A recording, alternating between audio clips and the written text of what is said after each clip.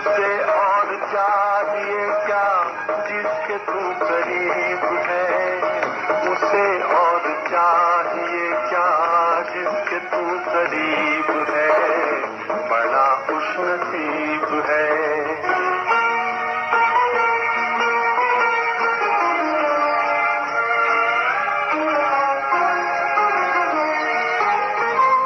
सदके जाए तेरी नजर के, तीर चलाए जी भर भर के।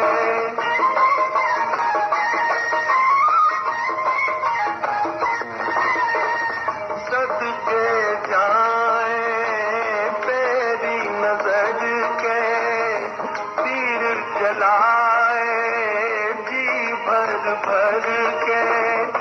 जी उठे हम तुझ पे मर के, हाल दिल न पूछिए, हाल दिल अजीब है, हाय हाल दिल न पूछिए, हाल दिल अजीब है।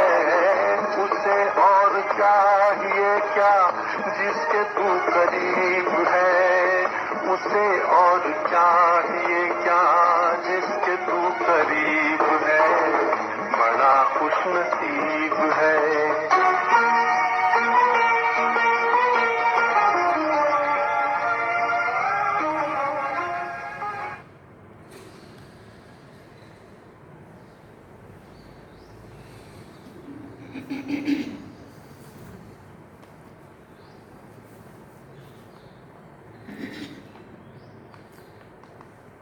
ओम शांति। बाबा गुड मॉर्निंग। आज बाबा के 12 जून 2021 के महावाक्य हैं। बाबा ने सार में कहा, मीठे बच्चे, सूर्यवंशी राज्य पद पाने के लिए अपना सब कुछ बाप पर स्वाहा करो। सूर्यवंशी राज्य पद अर्थात एयर कंडीशन टिकट। बाबा ने प्रश्न पूछा, इस दुनिया में तुम बच्चों से अधिक खुश नसीब कोई भी नहीं, कैसे? तो हम सभी अनुभव भी करते हैं और जानते भी अच्छे से कि हम कैसे खुश नसीब है दुनिया से। बाबा ने कहा तुम बच्चों, क्योंकि उत्तर में बाबा ने कहा तुम बच्चों के सन्मुख बेहद का बाप है, जिसको दुनिया ढूंढ रही है, पुकार रही है, क्या क्या कर रही है, जप तप दान पुण्य मंदिर तीर्थ गुरु पता नहीं क्या क्या। वो बाप हमारे सन्मुख बैठ के हमें पाल रहा है, पढ़ा रहा है, हमारी सदगति कर रहा है, मनुष्य से देवता बना रहा है। बाबा कहते तुम बच्चों के सन्मुख बेहद का बाप है, उनसे तुम बेहद का वर्षा ले रहे हो, उनसे तुम्हें बेहद का वर्षा मिल रहा है। तुम इस समय बेहद का बाप, टीचर और सतगुरु के बनकर उनसे बेहद की प्राप्ति करते हो। दुनिया वाले तो उसे जानते भी नहीं, तो तुम्हारे जैसा खुश नसीब हो कैसे सकते हैं? तुम मनुष्य से देवता बन रहे हो, उनके द्वारा पढ़ाई पढ़ के तुम्हें जन्म जन्मांतर की बादशाही मिल रही है, और दुनिया वाले उसको जानते तक नहीं, तो कौन खुश नसीब हुआ?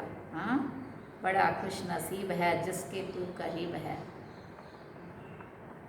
करीब है ना बाबा हमारे। गीत हम सब ने सुना, बड़ा खुश नसीब है जिसके तू करीब है, और कुछ चाहिए क्या? ओम शांति। ब्राह्मण कुलभूषण बच्चे जानते हैं कि अभी हम ब्राह्मण संप्रदाय के हैं, फिर दैवी संप्रदाय बनेंगे।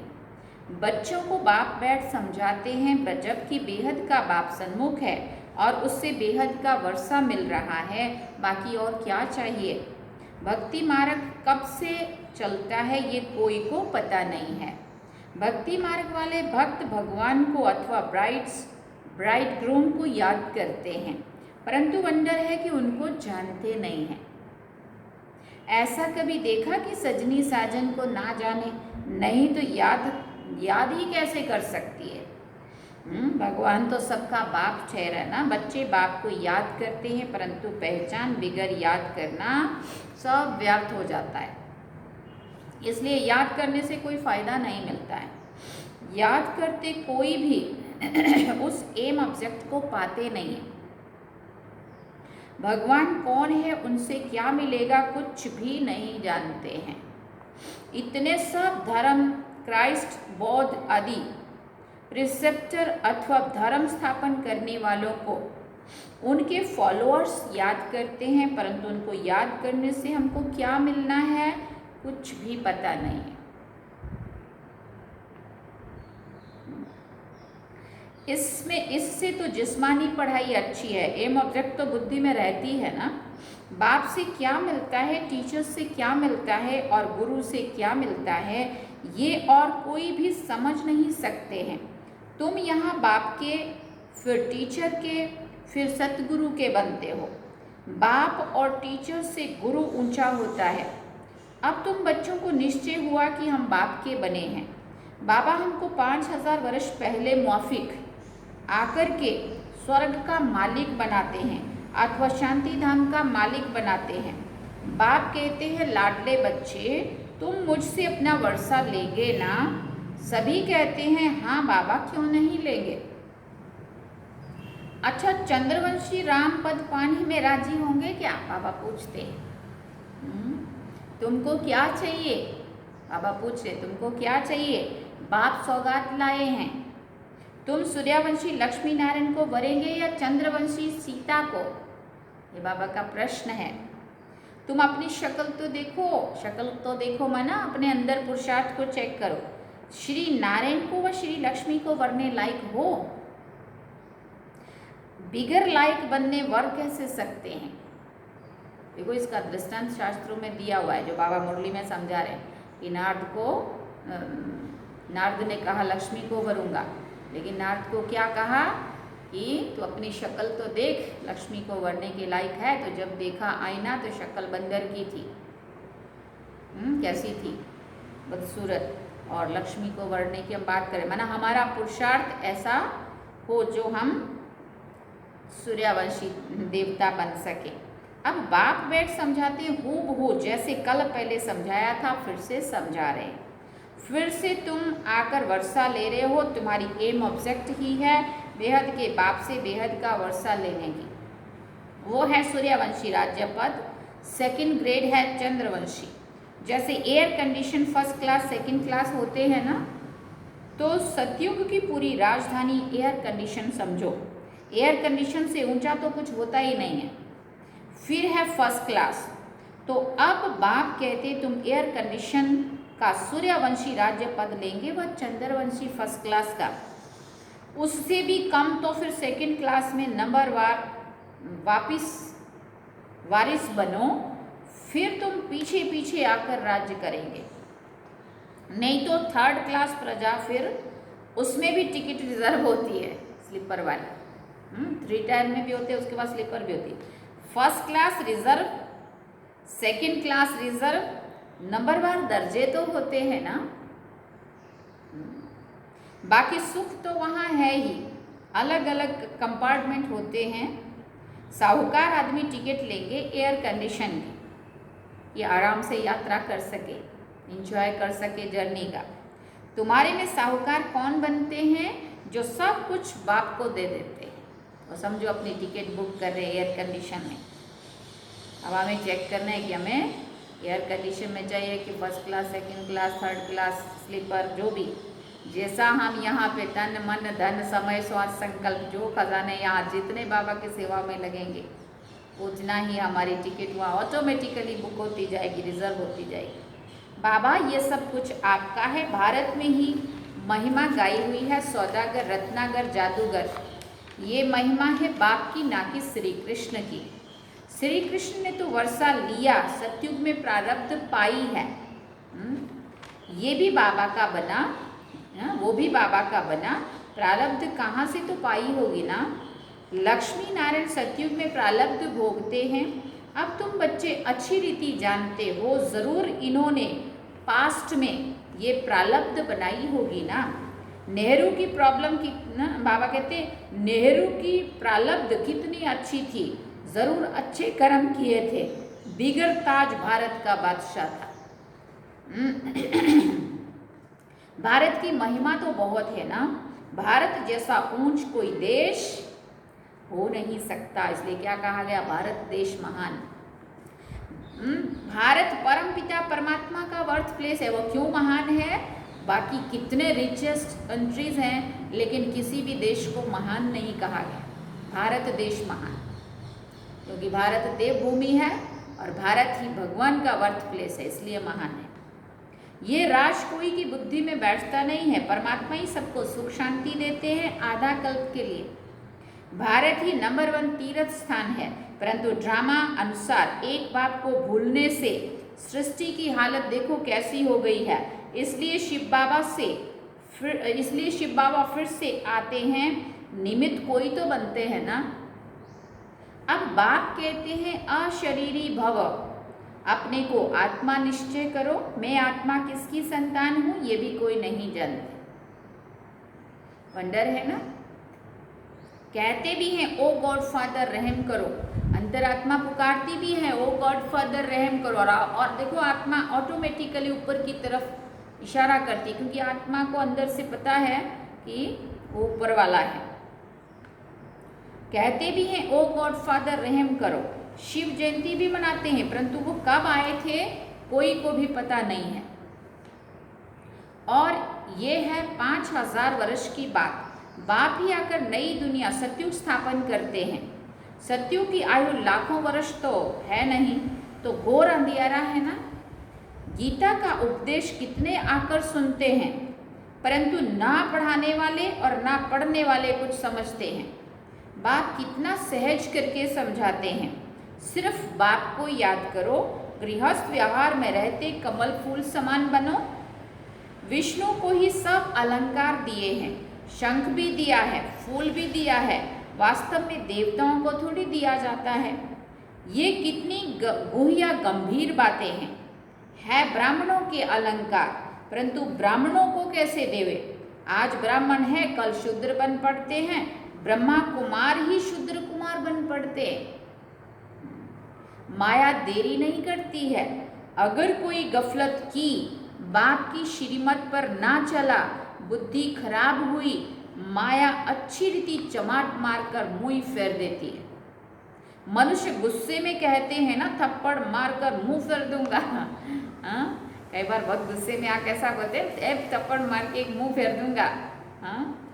तो ऐसे माया थप्पड़ मार के मुंह फेरती है, बाबा की तरफ से दूसरी तरफ कर देती है। बाप को भूले और माया का 1 सेकंड में थप्पड़, और बाप को भूले और माया 1 सेकंड में थप्पड़ मारकर मुंह फेर देती है। 1 सेकंड में जीवन मुक्ति पाती है, माया सेकंड में जीवन मुक्ति खत्म कर देती है। कितने अच्छे अच्छे बच्चों को माया पकड़ लेती है, देखती है कहाँ गफलत में है तो झट थप्पड़ लगा देती है। बाप तो आकर पुरानी दुनिया से मुंह फिराते हैं। लौकिक बाप कोई गरीब होता है तो पुरानी झोंपड़ी में रहते हैं, फिर नया बनाते हैं, तो बच्चों की बुद्धि में बैठ जाता है बस अब नया मकान तैयार होगा और हम जाकर नए में बैठेंगे, मतलब रहेंगे, ये पुराना तोड़ देंगे। अब बाप ने तुम्हारे लिए हथेली पर बहिष्ठ अथवा वैकुंठ लाया है। कहते हैं लाडले बच्चे आत्माओं से बात करते हैं।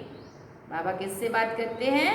आत्माओं से बात करते। इन आंखों द्वारा तुम बच्चों को देख रहे हैं, इन आंखों द्वारा तुम बच्चों को देख रहे हैं। बाप समझाते मैं भी ड्रामा के वश में हूँ। ऐसे नहीं कि ड्रामा के बगैर कुछ कर सकता हूँ, नहीं।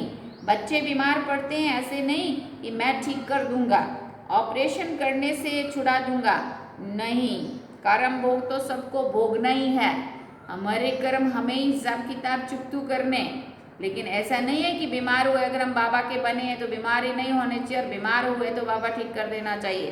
बाबा कहते ब्रह्मा बाबा को खांसी होती थी ना बहुत सारी, तो लोग बोलते थे बाबा में बाबा आता है तो बाबा को खांसी नहीं आने देनी चाहिए। बाबा कहते थे ये तो इसका कर्म भोग है, तो इसको अपना हिसाब किताब चुकतू करना है। इसलिए बाबा कहते कर्म भोग तो सबको भोगना ही है। तुम्हारे ऊपर तो बोझा बहुत है, लेकिन क्योंकि तुम सब पुराने हो, सतयुग से एकदम तमो प्रधान बने हो। अब तुम बच्चों को बाप मिला है तो बाप से वर्षा लेना चाहिए। तुम जानते हो कल्प कल्प ड्रामानुसार हम सब बाप से वर्षा लेते हैं। जो सूर्यवंशी चंद्रवंशी घराने के होंगे वो अवश्य आएंगे। जो देवता थे फिर शूद्र बन गए हैं, फिर वही ब्राह्मण बन दैवी संप्रदाय बनेंगे। ये बातें बाप बिगर और कोई भी समझा ना सके। बाप को तुम बच्चे कितने मीठे लगते हैं। सुना, किसने कहा? स्वयं भगवान कह रहे हैं कि बाबा को तुम कितने मीठे लगते हो। कहते हैं तुम वही कल्प पहले वाले मेरे बच्चे हो। मैं कल्प कल्प आकर तुमको पढ़ाता हूँ। कितनी वंडरफुल बातें हैं ना। निराकार भगवान उवाच, शरीर से वाच करेंगे ना। कैसे बोलेंगे? शरीर से उवाच करेंगे ना। शरीर अलग हो जाता है तो आत्मा उवाच नहीं कर सकती, आत्मा डिटैच हो जाती है। अब बाप कहते हैं अशरीरी भव। ऐसे नहीं कि प्राणायाम आदि चढ़ाना है जैसे साधु सन्यासी हठ योग करते हैं ना। बाबा कहते ऐसे नहीं है। नहीं, समझना है मैं आत्मा अविनाशी हूँ। मेरी आत्मा में 84 जन्मों का पार्ट भरा हुआ है। बाप खुद कहते हैं मेरी आत्मा भी जो एक्ट करती है वो सब पार्ट भरा हुआ है। भक्ति मार्ग में वहाँ पार्ट चलता है, फिर ज्ञान मार्ग में यहाँ आकर ज्ञान देता हूँ। भक्ति मार्ग वालों को ज्ञान का पता नहीं है। कोई ने शराब पिया नहीं तो टेस्ट कैसे पता होगा? ज्ञान भी जब लेवे तब पता पड़े ना। उन्होंने टेस्ट ही नहीं किया इस चीज़ को तो कैसे पता चले ये बहुत टेस्टी है। ज्ञान से सदगति होती है तो ज़रूर ज्ञान सागर ही सदगति कर सकते हैं। बाप कहते मैं सर्व का सदगति दाता हूँ, सर्वोदय लीडर है ना। कितने किस्म किस्म के हैं, वास्तव में तो सर्व पर दया करने वाला बाप ही है। बाप से कहते हैं हे भगवान रहम करो, तो सब पर रहम तो वो करते हैं, बाकी सब है हद के रहम करने वाले। बाप तो सारी दुनिया को सतो प्रधान बनाते हैं, तो कितने बड़े रहम दिल हैं। उसमें तत्व भी सतो प्रधान बन जाते, तत्व सहित प्रकृति सहित। बाबा कहते सबको सतो प्रधान बनाता हूँ। ये काम है ही परमात्मा का। तो सर्वोदय का अर्थ कितना बड़ा है। एकदम सब पर दया कर लेते हैं। स्वर्ग की स्थापना में कोई भी दुखी नहीं होता है। वहाँ नंबरवार, बाबा कहते वहाँ नंबर 1 फर्नीचर वैभव आदि मिलते हैं। दुख देने वाले जानवर मक्खी आदि भी कोई नहीं होते। मक्खी मच्छर कुछ भी नहीं होते जो यहाँ पे काटते और परेशान करते हैं। वहाँ भी बड़े आदमी के घर में कितनी सफाई रहती है। कभी तुम मक्खी भी नहीं देखेंगे, कोई मच्छर आदि घुस ना सके। स्वर्ग में कोई की ताकत नहीं है जो आ सके। सुना, ये 84 लाख यूनियन सारे वहाँ नहीं आएंगे परेशान करने वाले। गंध करने वाली कोई चीज़ होती नहीं है। नेचुरल फूलों आदि की खुशबू रहती है। तुमको सूक्ष्म वतन में बाबा सूबी रस पिलाते हैं, तो अब सूक्ष्म वतन में तो कुछ भी है नहीं, ये सब साक्षात्कार है। बाबा वहाँ आत्मा को ऐसी रस ना देते, मन अनुभव महसूस ना कराते हैं। बैकुंठ में कितने अच्छे अच्छे फूल बागीचे आदि होते हैं। सूक्ष्म वतन में थोड़ी बागीचा रखा है। ये सब है साक्षात्कार। यहाँ बैठे हुए तुम साक्षात्कार करते हो। गीत भी बड़ा फर्स्ट क्लास है, बड़ा खुश नसीब है जिसके तू करीब है। तुम जानते हो हमको बाप मिला है और क्या चाहिए। पाना था सो पालिया। बेहद के बाप से बेहद का वर्षा लेते हैं तो बाप को याद करना चाहिए ना। बाप की मत भी मशहूर है, श्रीमत से हम श्रेष्ठ ते श्रेष्ठ बनेंगे, बाकी है सबकी आसुरी मत। इसलिए वो जानते नहीं है कि सतयुग में सदैव सुख था, लक्ष्मी नारायण का राज्य था। छोटेपन में वही राधे कृष्ण है, उनके चरित्र आदि कुछ है नहीं। स्वर्ग में तो सब बच्चे बड़े फर्स्ट क्लास होते हैं, चंचलता की कोई बात ही नहीं होती है। अच्छा, मीठे मीठे सिकिल दे बच्चों प्रति माता पिता बाप दादा का याद प्यार और गुड मॉर्निंग। रूहानी बाप की रूहानी बच्चों को नमस्ते। हम रूहानी बच्चों की रूहानी माता पिता बाप दादा को दिल व जान सीखवा प्रेम से याद प्यार गुड मॉर्निंग नमस्ते थैंक्स बाबा। अब धारणा के लिए मुख्य सार है। पहला पॉइंट, जब इस पुरानी दुनिया से मुंह फेर लिया तो फिर ऐसी कोई गफलत नहीं करनी है जो माया अपनी तरफ मुंह फेर ले। श्रीमत की अवज्ञा नहीं करनी है।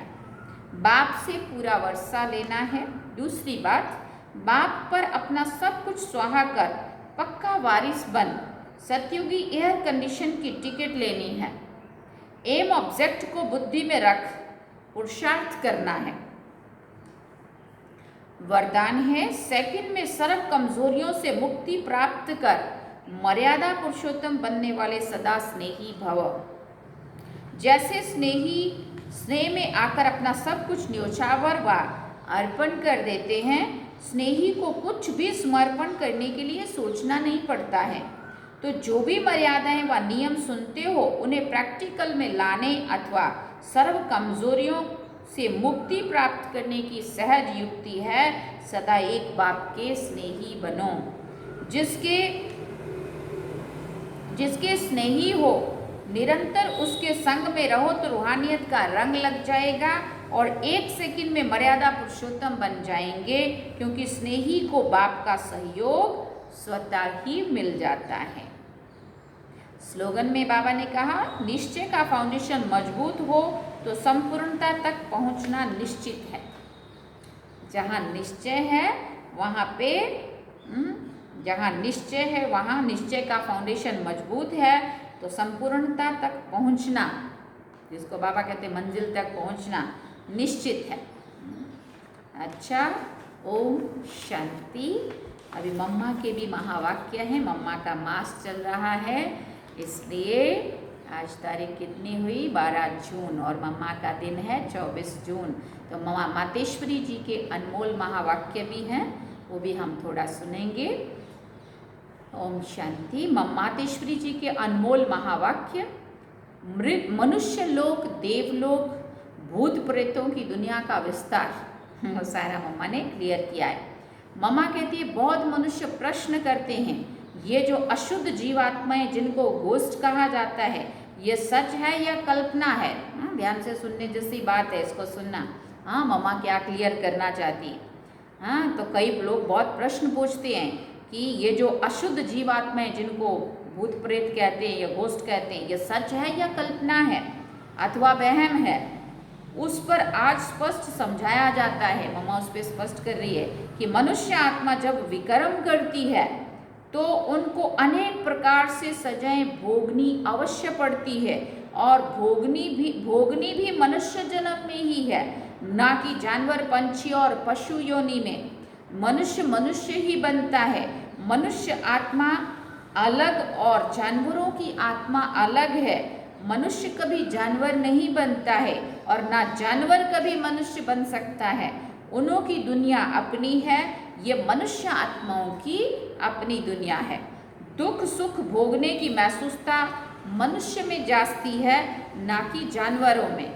जब हम शुद्ध कर्म करने से सुख भी मनुष्य तन में पाते हैं, तो दुख भी जरूर मनुष्य तन में ही आकर भोगना है। और ये ज्ञान सुनने की बुद्धि भी मनुष्य तन में ही रहती है, ना कि जानवरों में। तो इस सृष्टि खेल में मुख्य पार्ट मनुष्य का है। ये जानवर, पंछी आदि तो जैसे सृष्टि ड्रामा की शोभा है। सारे कल्प के अंदर सतयुग आदि से कलयुग के अंत तक मनुष्य आत्माओं के 84 जन्म है। बाकी ये 84 लाख तो जानवर, पंछी आदि की वैरायटी हो सकती है। देखो मम्मा कितना क्लियर कर रहे इस बात को। अब ये सब राज परमात्मा बिगर कोई समझा नहीं सकता है। आत्माओं का निवास स्थान है ब्रह्म तत्व अर्थात निराकारी दुनिया। बाकी इन जानवरों की आत्माएं ब्रह्म तत्व में जा नहीं सकती। देखो एक बात क्लियर हुई, जो ब्रह्ममय तत्व है वह आत्माओं का निवास स्थान है ब्रह्म तत्व अर्थात निराकारी दुनिया। बाकी इन जानवरों आदि की आत्माएं उस ब्रह्म तत्व में जा नहीं सकती। ये किसी ने एक बार प्रश्न पूछा था कि ऊपर हम सभी मनुष्य आत्माएं ही रहती है या हमारे पशु पक्षी जो भी हमारी प्रकृति में हमारे साथ पार्ट बजाने वाले हैं, 84 लाख योनियों में से जल स्थल वायु में रहने वाली जीवात्माएं, वो सब कहाँ जाती है? उनका घर भी वही है या कोई और घर है? तो मम्मा कह रही है कि बाकी इन जानवरों की आत्माएं ब्रह्म तत्व में जा नहीं सकती, वो इस आकाश तत्व के अंदर ही पार्ट बजाती है। क्लियर हुई ये बात? उन्हों का भी मर्ज इमर्ज का सतो रजो तमो में आने का पार्ट होता है।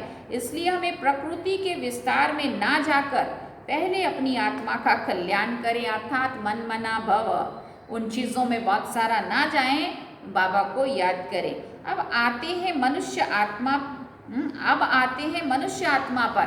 पहले तो मम्मा ने वो बात क्लियर कर दी कि बाकी जितनी भी योनियां हैं वो सब ऊपर परम धाम में नहीं जाती। परम धाम सिर्फ और सिर्फ हम मनुष्य आत्माओं का घर है। बाकी आत्माएं इस तत्व में, आकाश तत्व में ही घूमती रहती हैं और वहाँ से ही सत्वरजो तमो के रूप में नीचे पार्ट बजाती हैं। तो जो आत्माएं अशुद्ध कर्म, अब आते हैं मनुष्य आत्मा पर। अब मम्मा कह रही है अब मनुष्य के बारे में बताते हैं। तो जो आत्माएं अशुद्ध कर्म करने से विकर्म बनाती हैं, वो अपने अशुद्ध संस्कार अनुसार जन्म मरण के चक्र में आए आदि मध्य अंत अर्थात मरने के समय अपने किए हुए विकर्मों का साक्षात्कार पाए सूक्ष्म में सजा भोगती है। इस थोड़े समय में अनेक जन्मों का दुख महसूस होता है। फिर शरीर छोड़कर जाकर गर्भ में दुख भोगती है। फिर संस्कार अनुसार ऐसे माता पिता के पास जन्म लेकर वहाँ भी अपने जीवन में सुख दुख भोगती है। इसको कहा जाता है आदि मध्य अंत। परंतु कोई आत्मा शरीर ना धारण कर आकारी रूप में इस आकाश तत्व के अंदर घोस्ट बनकर भटकती रहती है। ये भी एक सजा है, अर्थात भोगना है। माना मनुष्य ने अपने पाप कर्मों की जो सजा है सुख दुख के रूप में मनुष्य आत्मा अपने माँ बाप के पास माना इस दुनिया में भी भोगती है, अर्थात कभी कभी जन्म ना मिला तो वो आकाश तत्व में भटकती है, तो भी वो भोगना ही है, वो भी एक सजा है। उस अशुद्ध जीवात्मा के साथ किसी का हिसाब किताब होता है तो वो उनमें प्रवेश कर उनको दुख देती है, अर्थात हिसाब किताब चुकतू कर फिर जाकर अपना शरीर धारण करती है। देखो कितना क्लियर किया मम्मा ने इस बात को। जो किसी ने प्रश्न पूछा था कि ये भूत आत्माएं होती है या नहीं होती है या क्लियर, मम्मा कहती है वो भी उनके पाप कर्मों की सजा है। जो शरीर जब तक नहीं मिला तो वो घोस्ट बन के भटकती है, और जिन आत्मा के साथ उनका हिसाब किताब होता है उनमें प्रवेश करके भी उनको दुख देती है। और कहा था कि अभी अंत के समय में ये पेपर भी बहुत आएंगे।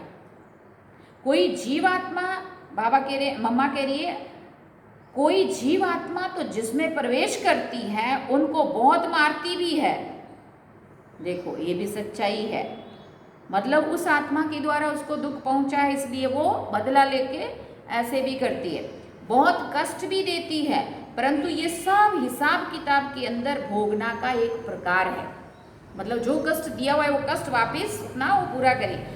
जो सभी मनुष्य तन में ही सुख दुख महसूस होता है, ये तो आपको समझाया गया है कि जो आत्मा मुक्ति धाम से इस साकारी खेल में आती है वो बीच में वापस मुक्ति धाम में जा नहीं सकती है, परंतु अपने किए हुए अशुद्ध और शुद्ध कर्मों अनुसार संस्कार लेकर दुख सुख के चक्कर में आती है। सभी आत्माओं का पुनर्जन्म होता है, सिर्फ एक परमात्मा का नहीं होता है। अच्छा, ओम शांति। देखो मम्मा ने कितना क्लियर करके इस बात को समझाया, जिसको नहीं कई बार समझ में आता है, क्योंकि हिसाब किताब सबके साथ नहीं होते हैं ना इन आत्माओं के, इसलिए जिसके साथ होते हैं उनको इसका अनुभव होता है। इसलिए मम्मा ने ये बिल्कुल क्लियर कर दिया कि कोई कहते हैं कि क्या ये सच है या वहम है या कल्पना है या क्या है। तो मम्मा ने कहा मनुष्य आत्मा अपने अशुद्ध कर्मों का जो सजा है वैसे ऐसे भोगती है, इसलिए ये सत्य है। अच्छा, ओम शांति। ये थे मम्मा के और बाबा के आज के महावाक्य। अब हम बाबा को याद करें।